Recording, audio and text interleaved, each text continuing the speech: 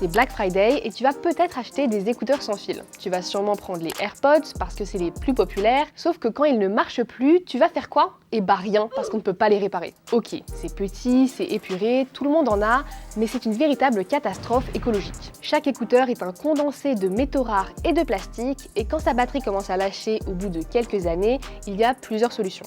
Il finit soit dans ton tiroir, soit à la poubelle. Parce que si tu essaies de les amener à une filière de recyclage ou à un réparateur, ils ne vont pas pouvoir faire grand-chose pour toi. Pourquoi? Eh bien parce qu'ils sont minuscules, que tout est collé à l'intérieur, et ça, c'est Apple qui l'a voulu. Regardez ce mec qui galère à démonter des AirPods de première génération. Tu vois, même le plastique qui est dedans, il est tellement mou, donc j'ai rien pour m'accrocher dessus. C'est Alexandre Isaac, le fondateur de la Repair Academy, et pourtant le recyclage, c'est son truc. Enfin, pour ouvrir ce boîtier-là, il te faut 25 minutes. Voilà. J'ai pu sortir mon boîtier. Tu vois là, on avait de la colle.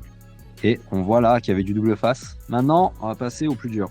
Et là, t'arrêtes de te dire, mais comment je vais aller chercher la batterie là-dedans, quoi. Alors, tu vois la colle là, ça ne sort pas.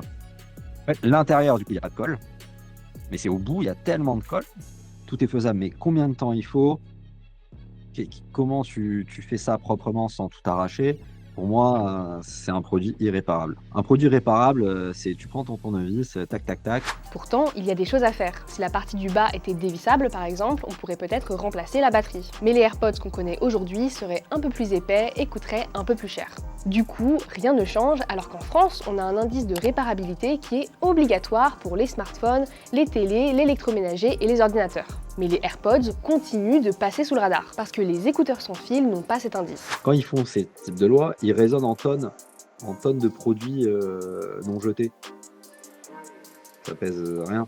Après, il y a quand même des alternatives. Par exemple, les Galaxy Buds de Samsung sont un peu mieux notés sur iFixit en termes de réparabilité, car leur batterie n'est pas toujours soudée au connecteur. Fairphone a aussi lancé des casques réparables, mais comme durable rime parfois avec cher, il reste la bonne vieille solution la plus écolo, le filaire.